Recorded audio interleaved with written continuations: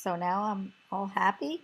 I have WordPress, I still have MAMP running, and I'm going to click on Let's Go.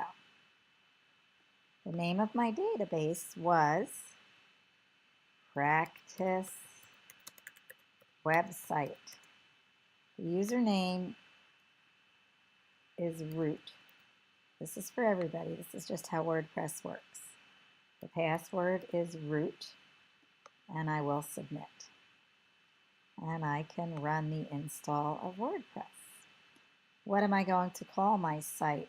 I'm going to call it Practice Website.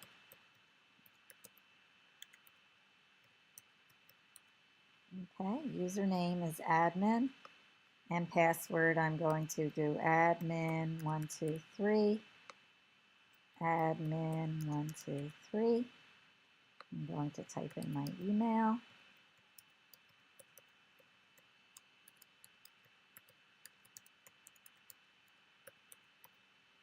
And I'm going to click Install WordPress. Success! So now, my username is admin123, and I'm in. I've installed WordPress successfully. There we go. We're going to end this part.